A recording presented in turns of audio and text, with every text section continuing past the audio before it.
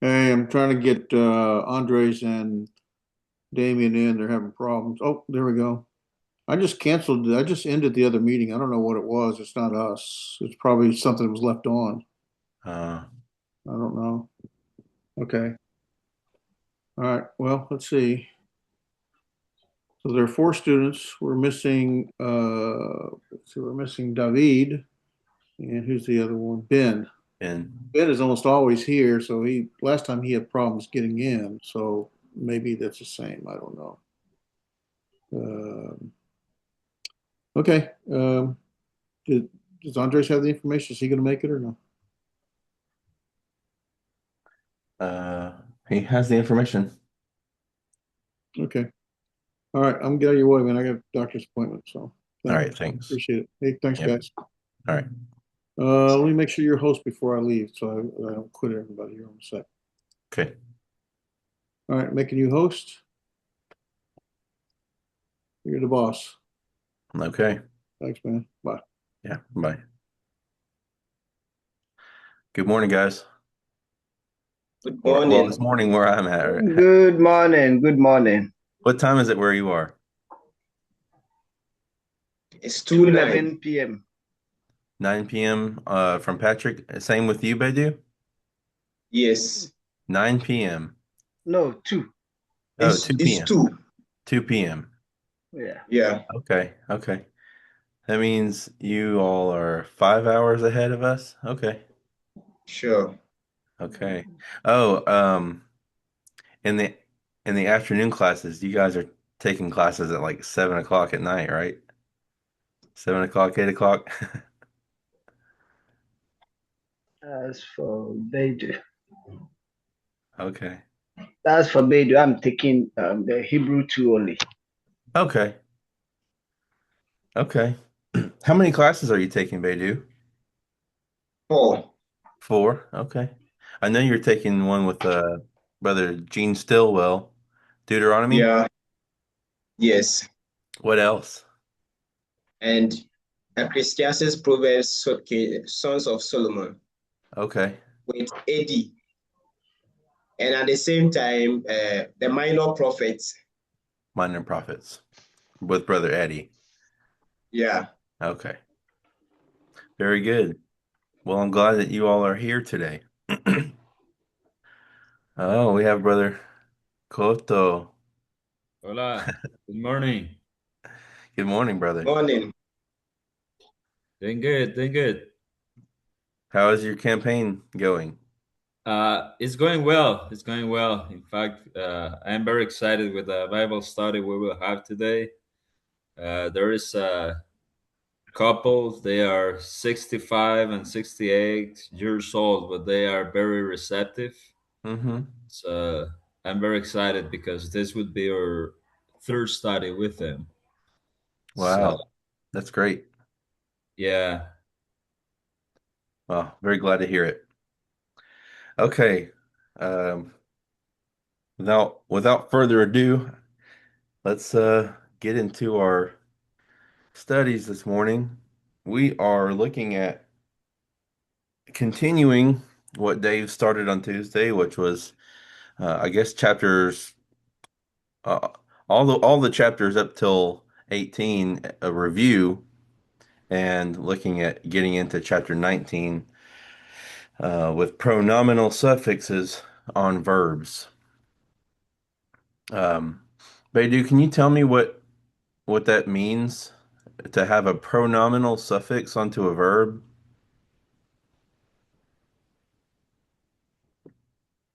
And if Okay. not, it's okay. I just want to see if you know.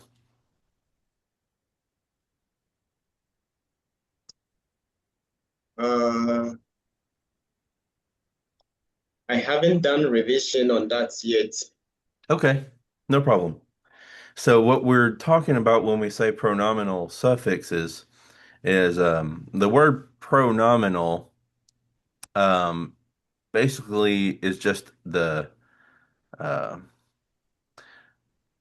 the adjective way to say we're talking about a pronoun. Pronouns are if I'm talking about Damien, I would say me. That would be a pronoun. If I'm talking about Andres, I would say him. That would be a pronoun I would use for talking in the third person. And if I wanted to talk to you, Bedu, I would say you, and that would be a pronoun. Um, that would be the pronoun for the second person. What would I say if I wanted to talk about the people who aren't in class right now? What pronoun would I use? They. Yeah, they or them. Exactly. So that's what we're talking about. And the way that Hebrew adds on um, that, that pronoun to a verb is just like we saw before, where you have verbs that when they tell you their person, gender, number, they tell you whether it's masculine, third person, second person, whatever, feminine, masculine. It will add that little piece onto the end of the word, a couple of letters maybe, or maybe just one letter. It does the same thing for pronominal suffixes. That's why they're called suffixes because they're fixed onto the end of the word. Mhm.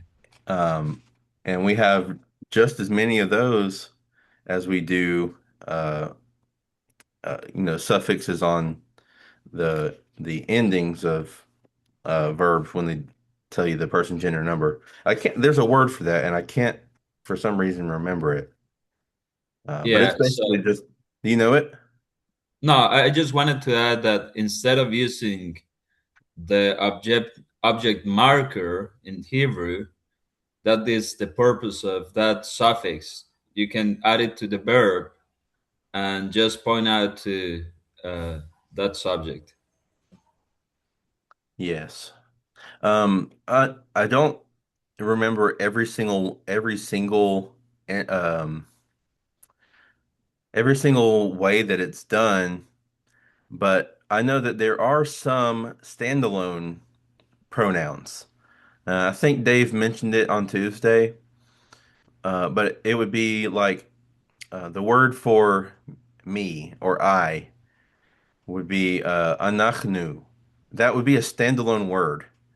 But what sometimes you'll see is, or actually, that's us. I'm sorry.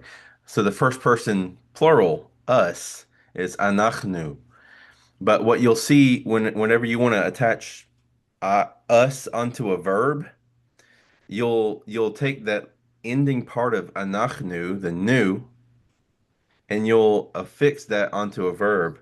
So if you look, for instance, on page 206 in your textbook, you see a list of words, and the one for the first person common plural, it we're still using that katal paradigm. Do you remember what katal means?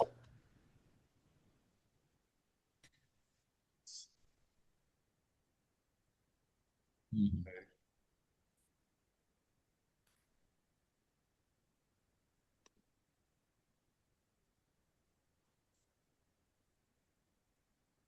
To kill?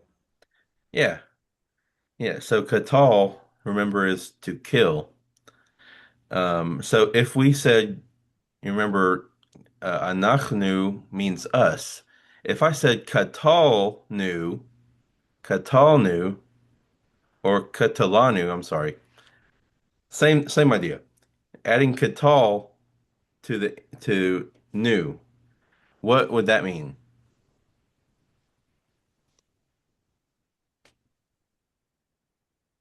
Told them. Uh, you have the right idea. It's not them, it's us, but you have the right idea in saying that it's uh, uh, adding that pronoun onto the word. The difference between the verbs that are conjugated to tell us their person, gender, number, and these, even though they might look very similar, the meaning for verbs that are inflected a certain way would be, for instance, you kill or you killed something or somebody. Hopefully you didn't, but if you did, that would be the way you would say it. Now, for this one, for the pronominal suffixes, um, if you use the second person masculine ending, you, onto and affix it onto the verb, it would mean he killed you. Um, it won't always mean he killed. It could be she killed or they killed. Um, but it depends on the verb. Okay, so here's how it would work if you wanted to have, um, the third person masculine, um, and you wanted to say they killed me. You would first of all you would find the way that the verb is originally constructed with its third masculine plural ending, and that verb would mean they killed. Then you would add on the pronominal suffix to the end of that. So I think that the third, um, let's see, the third masculine plural ending would be um, like katalu. I think it would be katalu. And then you have the ending ani for the first person common singular pronominal suffix, me. Uh, so kataluni, you're taking both of those ideas together. You're adding on two endings to the verbal root. Does that make sense? Yeah. Okay. So it's going to be very easy to confuse the endings and what they do to the word. It was very confusing for me when I first went through this. But when we're talking about pronominal suffixes, know that that is um, who the action is being done to. So if you wanted to say, well, give me a verb. Devin, Yes. I found the PowerPoint with Yes. the things. Do you want to use it or it's not that? Yeah. Well, I can share it. I have it open. I was just kind of doing a little bit of light review. Oh, okay. Sorry. No, I just thought probably those examples could work for this purpose, but if Yeah. Yeah. That's a good point. It's probably a good time to switch over to it anyway. Okay. Let me just get set up really quick.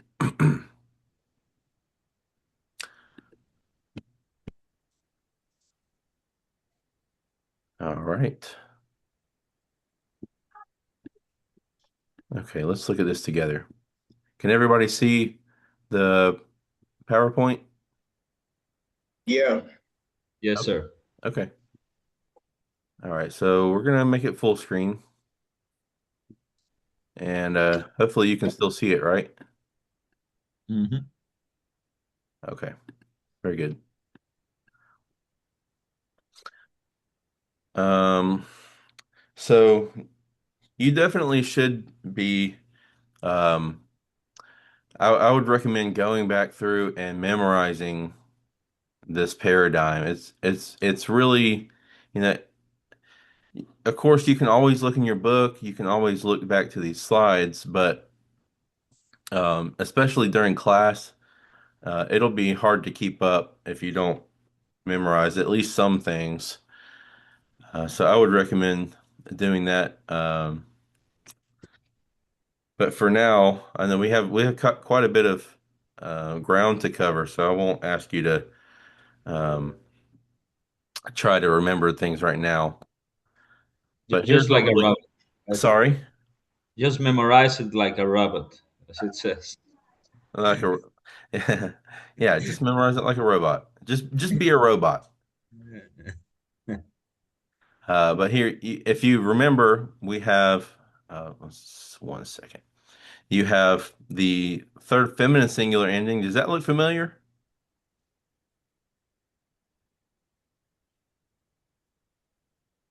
You said? Anybody? Does this look familiar to you? Yes. Yeah, it's very feminine. It's a very feminine ending. You're going to see that a lot on feminine words. And this here, we're not into the pronominal suffixes just yet. This is just regular review, right? So, again, um, if I wanted to say they killed, I would say katalu. Mhm. Then I could add a pronominal suffix on the end of that and say they killed so and so. They killed me. They killed her. They killed them. Okay. Yeah. All right. Hi. Oh, you have something, Patrick? No. Okay. Okay. This is just more review of the different ways that gutturals are inflected with their person, gender, number endings. Mhm. Any questions about this?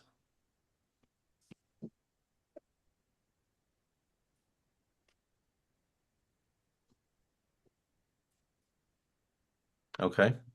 I'll take that as a no, and I'll move forward. All right. This is an instance of a third aleph, and when I say third aleph, what exactly do I mean? How, how do you understand that? It's like the third letter. Yes. Good morning, Good Benjamin. morning. Sorry, I was late because I was trying to log in. I logged in on the other one, and then Yeah. they logged me out, and I couldn't find the link. So I got it from my WhatsApp. So Yeah. Me and Andres also had a little trouble logging in this morning, but glad you're here. yes, thank you. Okay. Say that. Can you say the answer again, Ben? About the third, the Yeah, third. if when I look at the words, I see the third on the third letter. So that's what I figured that was it. Yeah. So it's That's the referring. Yeah. third Patrick, you, root. you have an answer?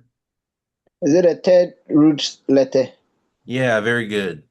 So that's exactly what we're talking about is the root letters. Let me go back a slide and just show you a little bit more about what that means. So you have a first guttural, which means that First a one. guttural letter occurs in the first root position. That's like the scientific way you would explain that. The second guttural is, of course, a guttural in the second root position. And you have different classifications of third gutturals. The het and ayin follow a typical pattern, and it's different from the pattern that the third aleph exhibits. So here, aleph will very typically quiesce. What is that? What do you think that means? For it to Silent. quiesce. Right. Yeah. I mean, it pretty much means what it sounds like, which is to be quiet. Silence. It, Yeah. yeah, it becomes quiet, meaning that there's no actual vowel sound associated with it. Um, it just takes the sound of the vowel Previous. before it, and Mhm. so it's for our purposes, it would just be like it's not there. I mean, for pronunciation, it's like it's not there. So you would, for instance, second masculine singular, uh, you would just say matsata, and Yeah. otherwise, it would be like matsaata, matsaata. It would be that kind of like that guttural stop. Is how you would say that matsaata. But here it's just matsata. Can you hear the Matzata or difference? matzata? Can you hear the difference when I say that? Yes. Yes. Okay. Just wanted to make sure. Any questions on third aleph? Any questions about why it gets quiet? Yeah. Well, What about this comments here? Because before in the second root position, would have either a patach or in some cases you would have shava. So why is it a long vowel?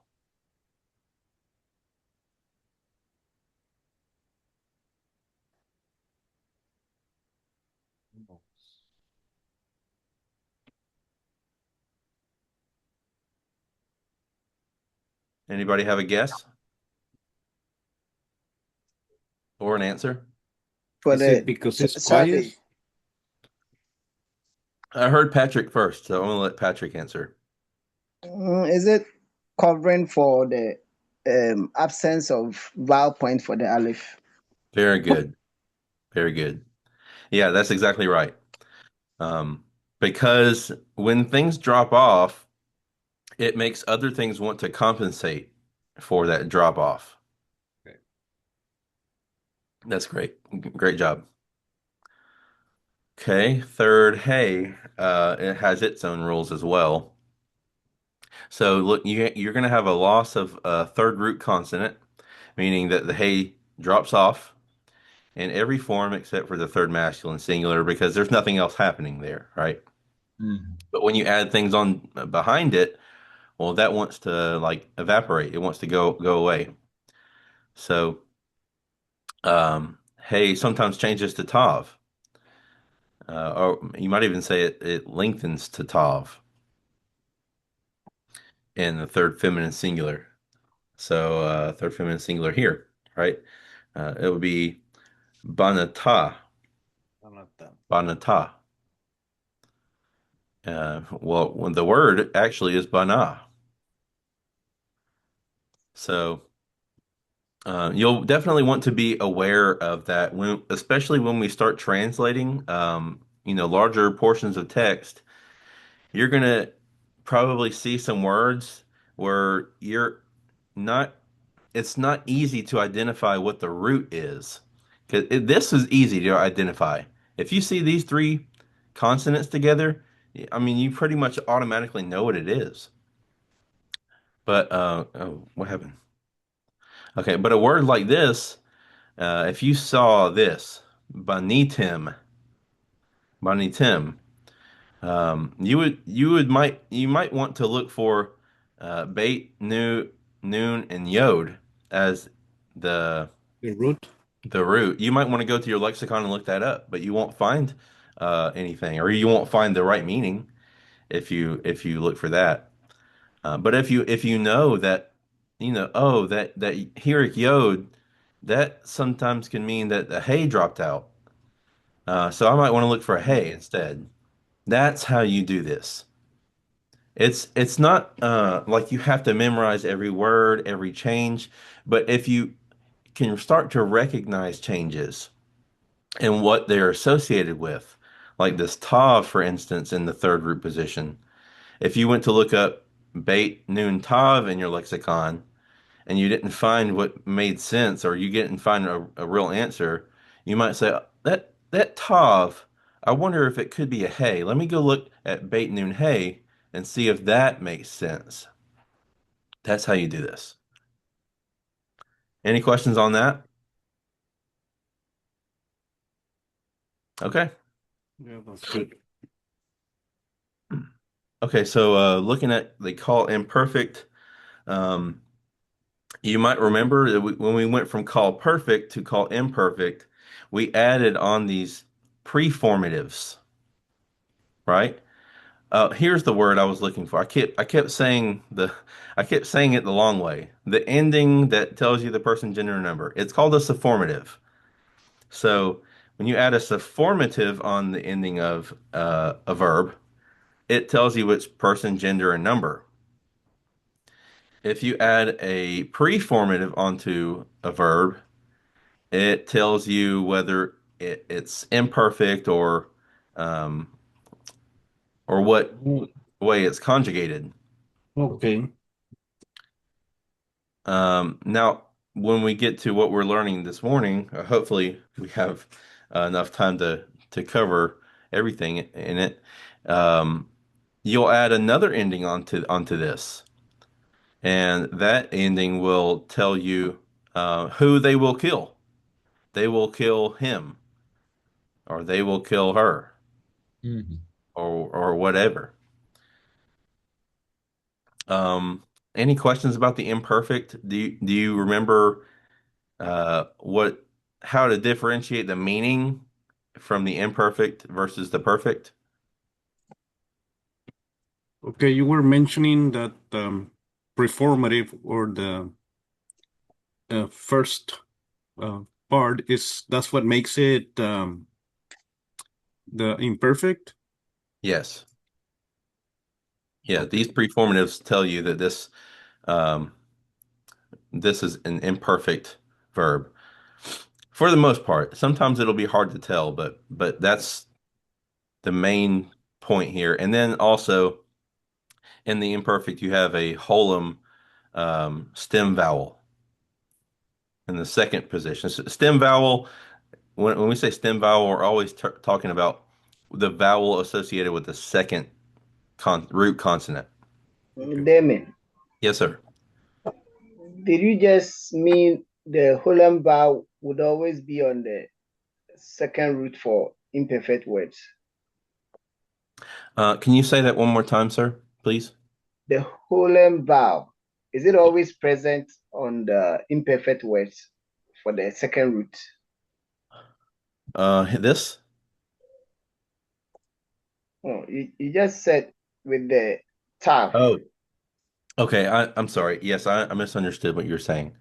Okay, so the second root position, not holum vav, just holum. Mhm. Um, in the imperfect, the the what's the word? The I'm having trouble trying to figure out exactly how I want to say it. Basically, when you look at the paradigm, let's look at just how many times you see this holum vav. Okay, you see it once in the third One, masculine. Did two, I say holum vav? I meant holum. So forgive me. Holland. Yeah. Yes, the holum. And you see it over the tav, right? Which is Yeah. the second consonant. You see it three times. Okay, now you don't see it here, but that's because of this vocalic ending. That makes this reduced to a vocal shava. Otherwise, it would be a holum. And All you keep right. going. Here's another holum. Oh, well, you have another vocalic ending, so it reduces to a shava. Mm, Um, here it's a holum. It has an accented because it's percent. lengthened ending. And another shava. Why is this a shava? Because of the Holland vowel at the ending. The shurik. Yeah, sure. Yes, because it's a vocalic ending, meaning it Mhm. all you're doing is adding a vowel sound on the end of the root, on the end of the root word. Here you have a consonant. You have a whole ending that's not just vowel sound, but it's a consonant vowel sound. That's why it doesn't reduce. But here it's just a vowel sound, so it reduces. Any other questions? Does that make sense, Patrick? Yeah, I'm okay. Okay, good. Everybody else, you doing okay so far? Yes, sir. Okay. Beidou, you good? Yes. All right. Good job. First guttural, three types.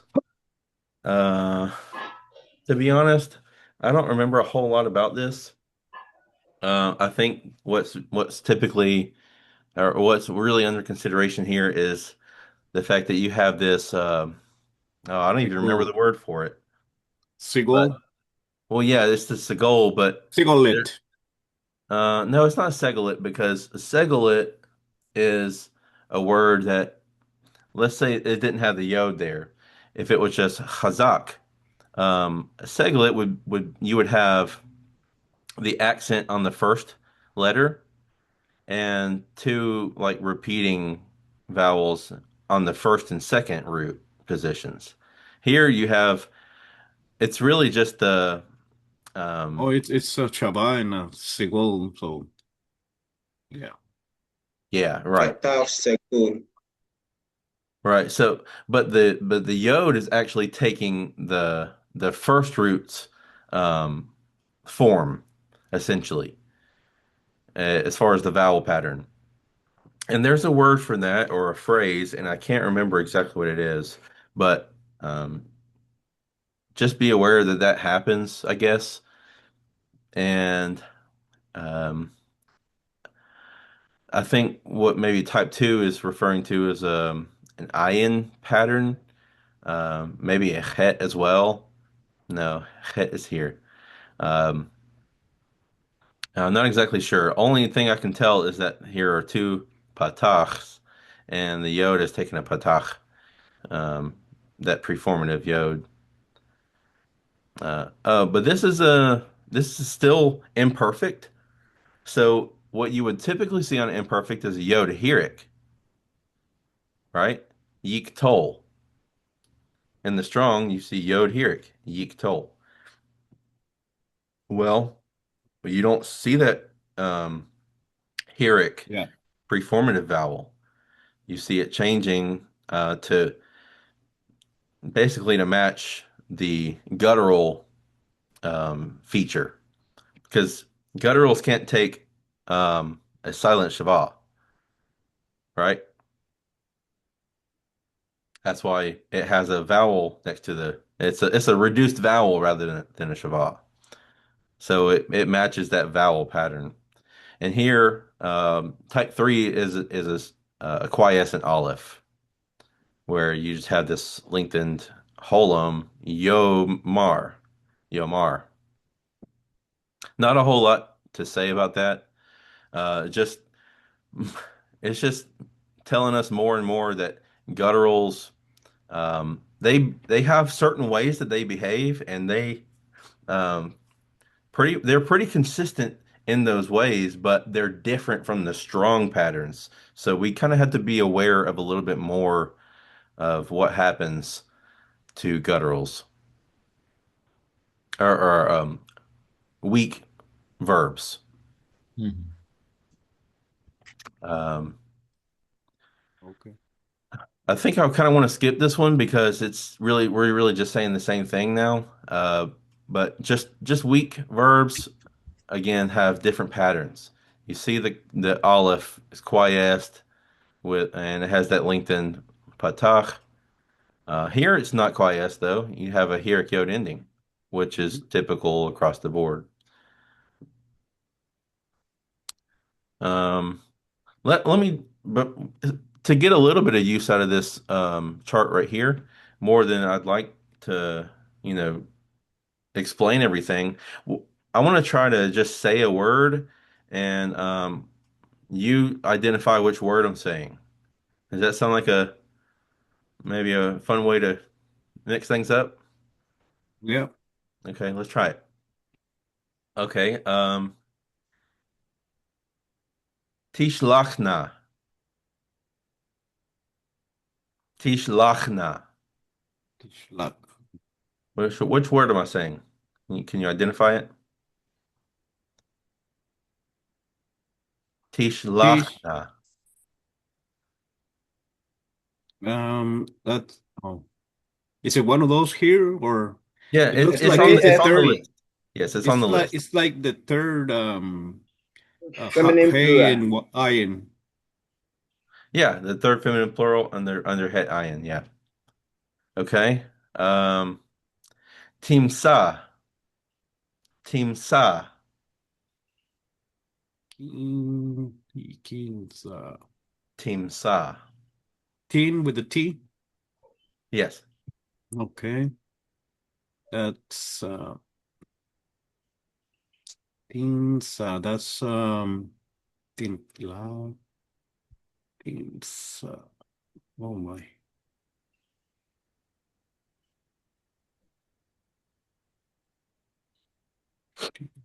Oh, Timsa.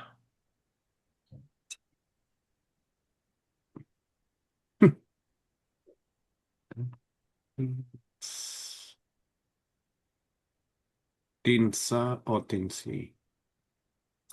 That's the second masculine singular.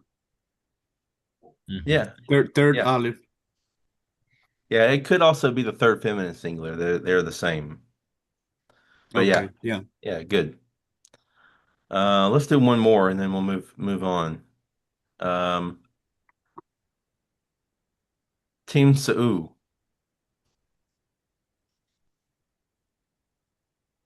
Team The Sa'u. second masculine Famous, plural. Yeah, okay. So you guys, that tells me that you can hear a word and identify it. That's very good. You might not know exactly what that means, but you can identify it. That's a big deal. That's good. That means your understanding of Hebrew is beyond beginner, at least. So pat yourself on the back. Okay, first yod and halach. These if you see a word with a yod in its first root position, it's going to function the same way that this word does. Halach. Anybody know what that word means? Lach.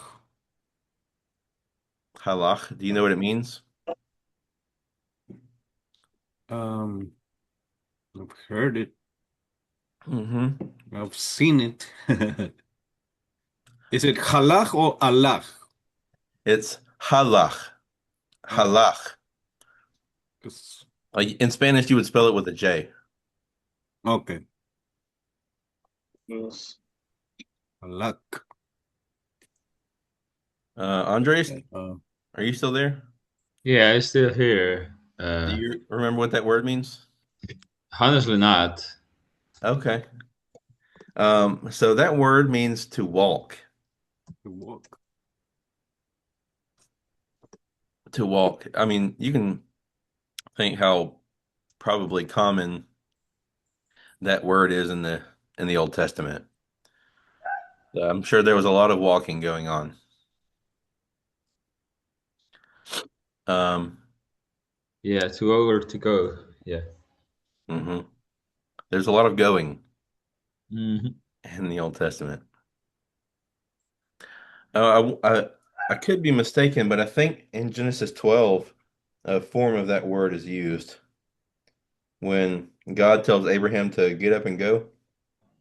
Let me Okay. double check. I might be wrong.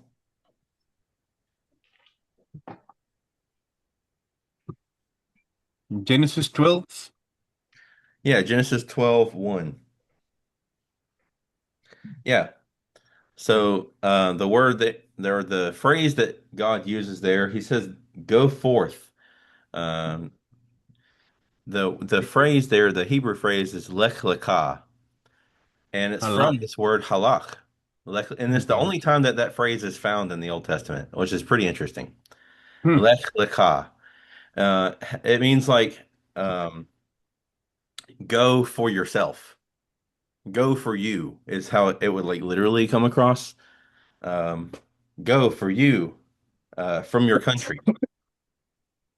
But in English, we kind of ease that translation with go forth or uh, get up and go from your country. But yeah, it's that word halach in Genesis 12:1 with Abram. Uh, Okay. so in that phrase, lech lecha, notice that there's not a ha. It's not halach lecha. And that's because there's a loss of the first root consonant. Halach. Um, yeah, all of these, you see the yod here, the tav, those are all preformatives. Those are telling us this is an imperfect. There's no first root consonant here. It's just the second and third. With So the root is basically halak. the root is halach. Yes. Okay. But yeah, and that's why this is a sere, because it's lengthening because of the hey dropping out. Okay. Yeah, if you didn't realize that, it will take you a while to look into the lexicon. Yeah, Yep. exactly. We won't find it. That's why Right. we got it. That's Yep. why it's important to know. Yeah, I mean, it's important to know the rules, but it's uh, at least for our purposes, it's important to recognize that things drop out. First, whether it be a first noon, first yod sometimes, or hey, hey on the end drops off, things like that. And there are ways to recognize which there would be a way to recognize which which letter, which consonant fell out of this. Because Hebrew does have predictable patterns, but it just takes a lot of work to really get to that point. So the best thing for us, I think, is to memorize the fact, not memorize, might not even be the best word. Recognize that, recognize that a hey behaves a certain way, falls out, and things like that. That the aleph, quieses, and those features of weak verbs that are we see so often in the scriptures. Uh, I'm gonna skip this, guys. Just more weak stuff. Tired of talking about weak stuff.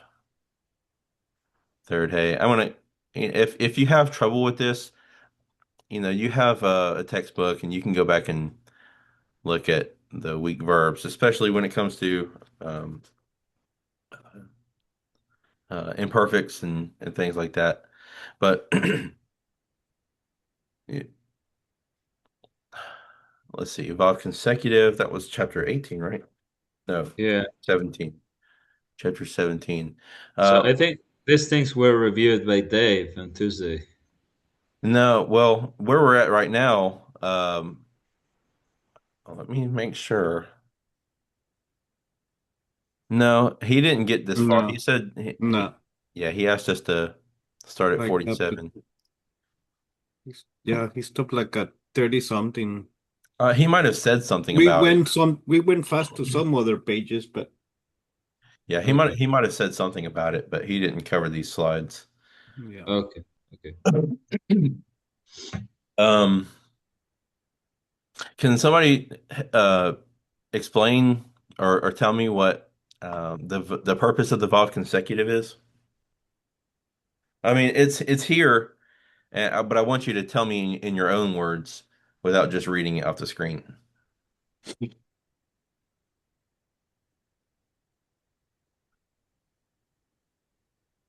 Anybody? I guess when you add the verb in the prefix, that's when you make it perfect, sound perfect. Yeah. Yeah. That's what I. I think I'm agreeing with you there. Yeah. When you add this Vav consecutive, which is different from just a Vav conjunction. A Vav conjunction just means and. But typically, when you add a Vav onto a verb, it's gonna behave the opposite of the verb you attach it to. So this is an imperfect verb. Um, help me pronounce that. Patrick, can you help me pronounce this one?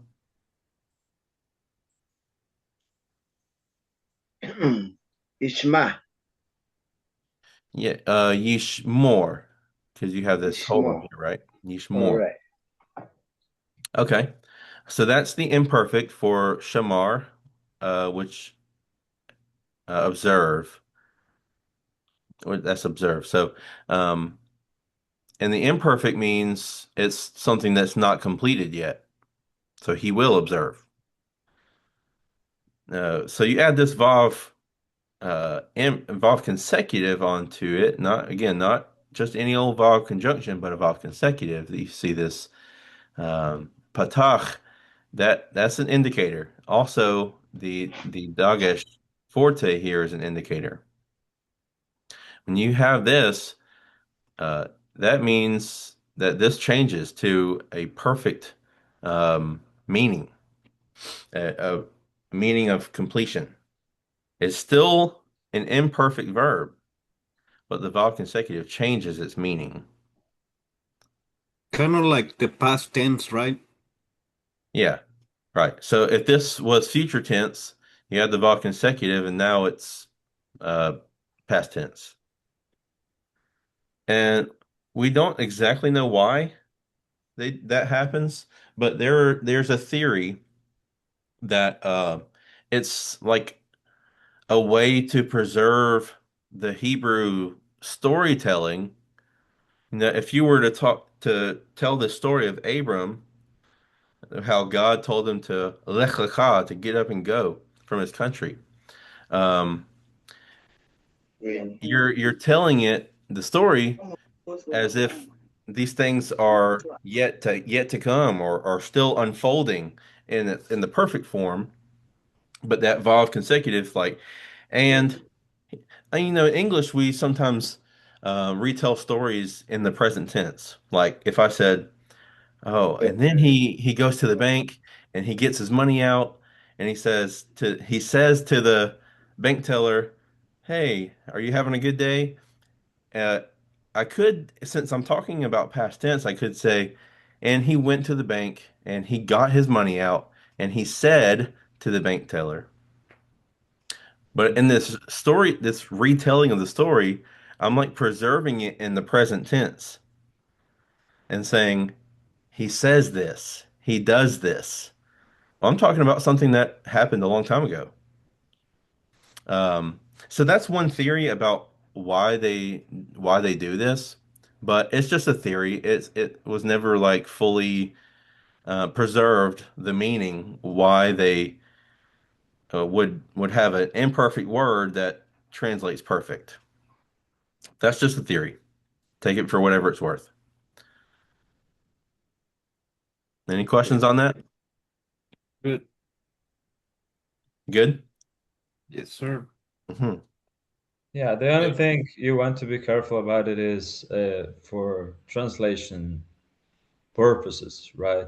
If you want a good translation, you want to remember this bab consecutive will change it to uh, a different time, right? For um, the perfect, so that you keep consistency in your translation, especially for your tests, your quizzes. That's important. Yeah. In other words, if you see a vowel consecutive in your quiz or test, and just know that you're seeing an imperfect verb, don't translate it. He will, and he will observe. Make sure that you remember that the vowel consecutive reverses or changes the meaning to the opposite. It makes it perfect. The verb is imperfect, but the meaning is perfect. Make sense? Mhm. Yes. Okay. Here are just some more instances of that with the Catal paradigm. You see all of these have the Dagesh forte except for Aleph. Why? Um, well, all the other ones on the bar has the uh, Hamed instead of the Patah. So, Are you talking about the vowel here? yes, Yeah, all these have the patach, and uh, then the Ha. and this one's different, right? Yeah. Why is this one different? I guess to make the Aleph with sound, I guess. I don't know. Yeah, I mean the Aleph has sound because it has its own vowel. Yeah. But the fact that the Aleph can't take a Dagesh forte like Mhm. these other consonants can, that makes this lengthen. It's compensatory lengthening. It's compensating for the fact that I don't know where to put my dogish, so I'll just take it back.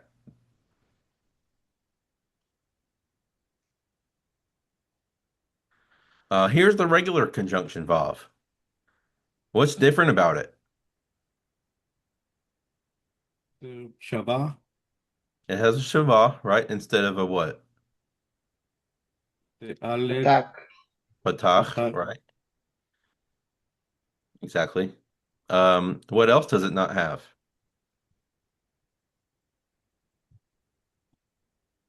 Hmm.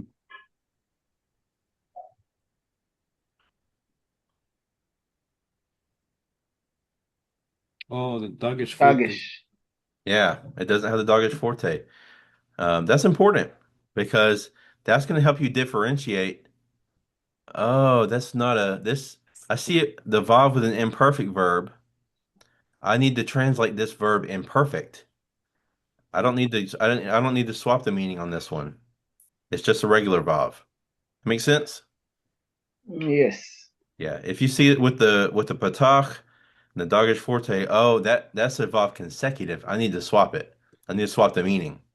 And instead of and they will kill, what would it be? If it was a vav And they killed.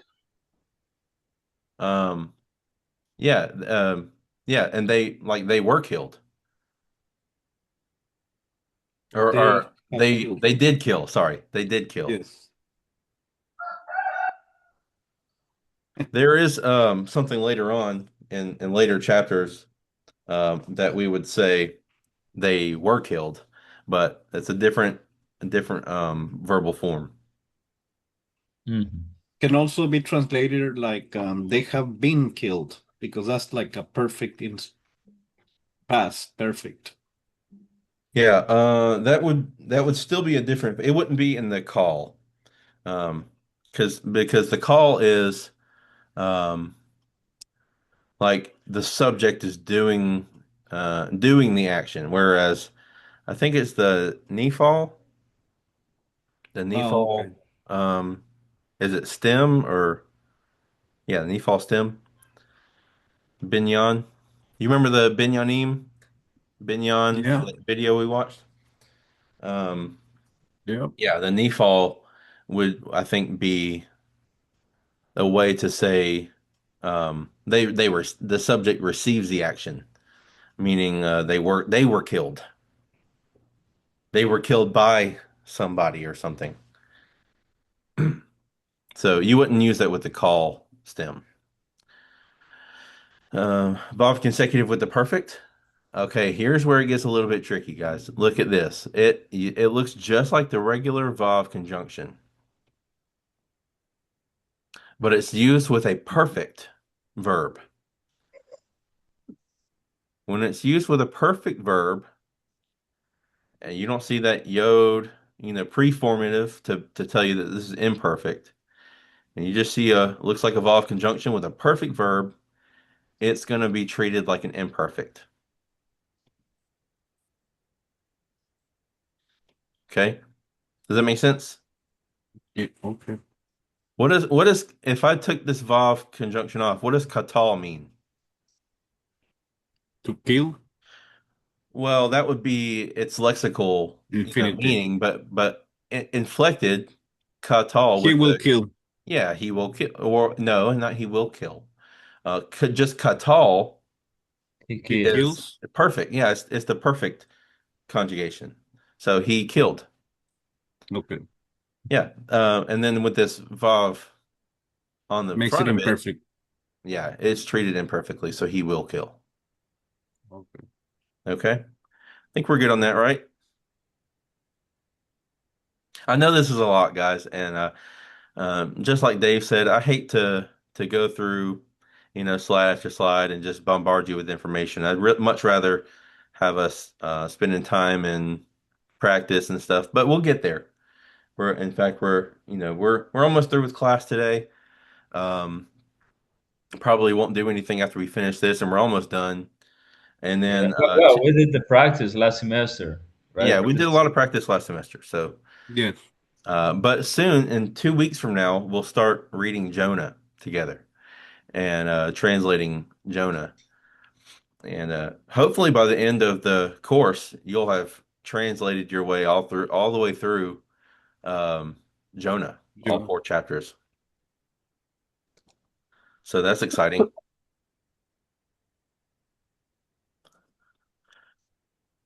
Let's see here. Imperfect and imperative. Only thing major you need to know about the what you see here is that the imperative, which by the way, can anyone tell me what the imperative means? It's like an order. Yeah, it's like an order. Very good, like a command. Yes. Man. So if I said this in Hebrew, I'm telling you to go kill somebody. Mm-hmm. And notice that it's only in second person. Yeah. There is a way for there to be kind of like a command to the third person, and I think that's called a jussive, or even the first person. I believe that's called jussive instead of imperative. It would be jussive, and it's like saying, "Let us pray." Yeah. It's kind of like command language, but I'm including all of us in it. Or Soft command language. I don't know. or like I think it's at the end of Second Chronicles where the text like cuts off at a weird place and it says let him go. Is that right? Am I getting that right? Second Chronicles, what? The last verse, The last chapter? last chapter, last verse. Yeah. Yeah. Uh, Let him go. Allah. No, Allah.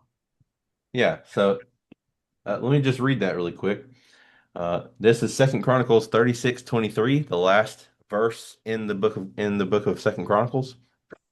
Thus says Cyrus, king of Persia, the Lord, the God of heaven, has given me all the kingdoms of the earth, and he has appointed me to build him a house in Jerusalem, which is in Judah. Whoever there is among you of all his people, may the Lord his God be with him, and let him go up. That's that's really like the adjussive. It's almost equivalent to command uh, imperative language. It's more just like a third person way to say that. So even though it says let him, it sounds softer in English. It's like, he can, he's allowed to. But really, when you say let him go up, it's really more like he needs to go up. Okay. But yeah, that's the way that the Hebrew language would do that. But that's not what we're talking about here, is it? That's just a sidebar conversation. This is the imperative form, which is just second person masculine, feminine, and it can be singular, you kill, or plural, y'all. You all of you kill. Um, the difference between the imperfect, the reason that we have this slide connecting the imperfect and the imperative is because the imperative is the same, like it looks the same as the imperfect. It just doesn't have that preformative. That's why this middle section is here. It's telling you, hey, chop that preformative off, keep the shiva, keep the holum, keep the ending, and that's your imperative form. Only thing is, in these two, it changes to a heric. Um, Anybody know why it would not be a Shiva anymore? It would change to a Hierarch. Because the top takes the Shava, the next Um, letter. no, well, that's Because you yeah, I see think on the that's first part one and of the it. last one, we don't have Shava on the second letter. So they put Well, here's another maybe a follow-up question actually, no, never because mind. no, I mean you're onto something. Yeah, because this is a Shiva, so that can't necessarily be a Shiva too. You can't have two vocal Shivas next to each other. Um, what about this holum? Like, why isn't that here? Hmm. We talked about it earlier. It has to do with the ending. Ah, okay, yes. It has that suffix at the end. The Yeah, here yo. it does have a suffix. No, this has a suffix too, but notice it keeps its shava. What's different about this suffix versus this one or this one? Some are consonantal and some are Just vocalic. vowels at the end. Yeah. Yeah, there's a consonant sound here. The syllable, yeah. There's no consonant sound in this syllable. Just vowel sound. Okay. It, in fact, the consonant sound for this syllable is the ending of the word. It's the ending of the root, right? Mm. Li Yes. or lu. Well, this one is na. Okay. So that preserves more of the word's actual pronunciation here.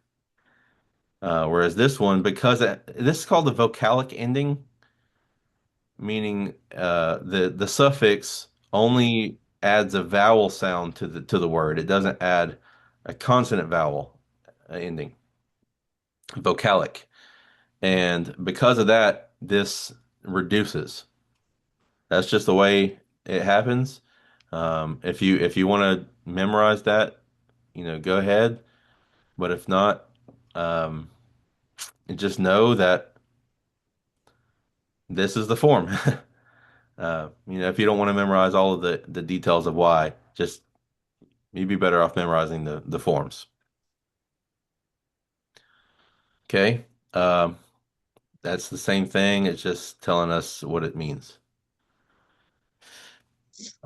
Okay, pronominal suffixes. We finally got here. We're going to have to cover it very quickly, um, and we're not going to really do a good job at covering it because we only have a few minutes. So notice that in the third masculine singular, you have a suffix all the way across, all the way down, um, and again, I mentioned it earlier, but here's where we're actually getting into it. Um, if you had a word that had this on the end of it, katal, for instance, it wouldn't be. Um, let's use this one, second feminine singular. If I said katalka, like I can't just add that on the end of katal and say she killed because that's not what that means. This is a pronominal suffix meaning um, we're talking about who the killing is being done to. So if I just said katal, if I added katal to this one, it would be he killed her, or I'm sorry, he killed you, uh, girl. If I added this one, it would be he killed her. Mhm. He killed her. Um, Sidebar question. It's not super important, but it's something that you should know. Anybody know what this little dot is doing in here? Uh, And can you tell me what it is?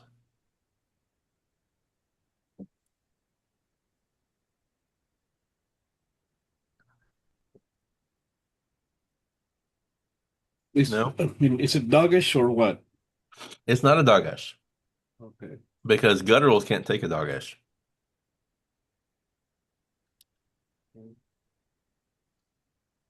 It has its own name. And if you don't remember it, that's fine. It's not a you're not getting graded on Okay. pop quiz. Uh, anybody? I don't remember. Okay. So that thing is called a mapik. Oh, okay. A mapik. What that does is it tells you that this hey, um, even though it's a comments hey, which that might typically tell you, oh, this is a vowel letter, right? Comments hey is a vowel letter, just like Hirakyota is a vowel letter. But because that mapik, that's telling you this hey is actually functioning like its own consonant. So it's a vowel point plus a consonant, not a vowel letter.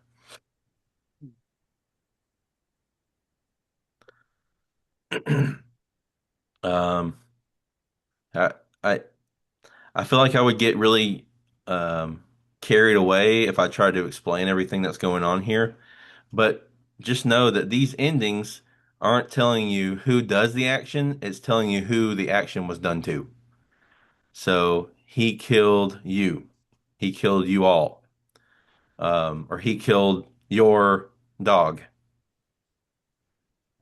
It could be used that way as well, I believe. No, his noun. Okay, so this noun. See, I I just I didn't go through all of these slides beforehand, and that's my fault. But okay, it's just throwing me off the way things are laid out here. You have pronominal suffixes with nouns. It's talking about his coal, his voice. Voice. With the preposition, it's just the lamed preposition affixed with the suffix that's to him. And in fact, going back to that phrase in Genesis 12:1, lech lekah, it's a combination of the word halach and a preposition plus pronominal suffix. Lekah, to, ka, you, or for you. Two or four. Lech, walk, lekah, to yourself or for yourself, for you. Um, just an interesting, way to tie it in with actual scripture. And then with the direct object marker, oto, him.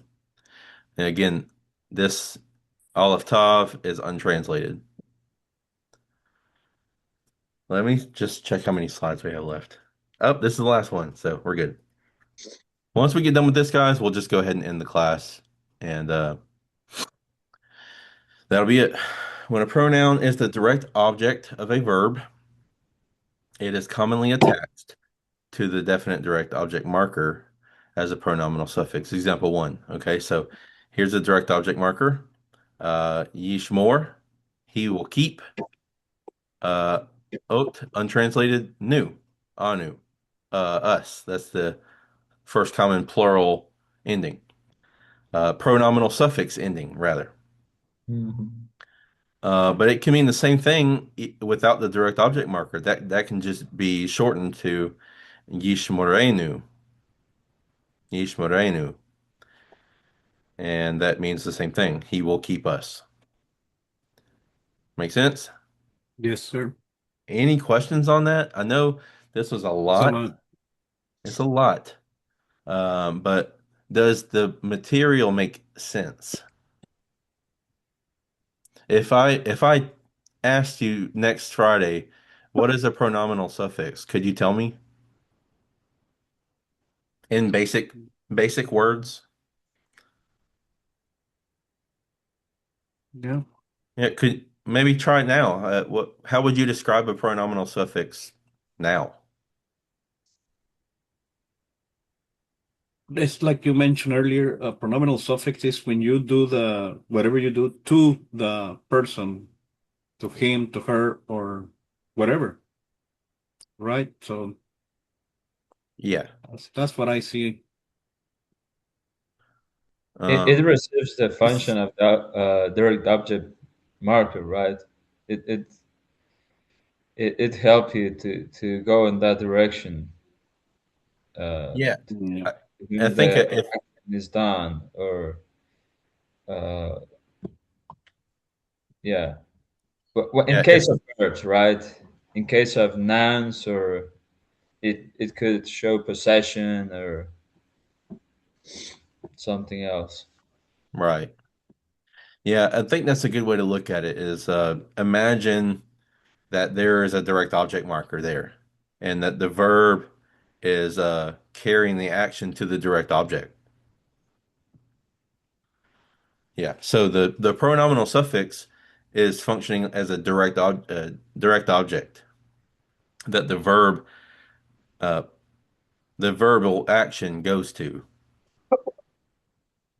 Um, there was one more thing I was going to say. Um, how is this different from a sufformative. What is a sufformative, and how is it different from a pronominal suffix? Formative is in the front and the suffix is at the end. That's what I see. Yeah, so that's right. The preformative is on the front. That would be here, the yod, herik, The yod, yeah. yeesh, right, or the ye.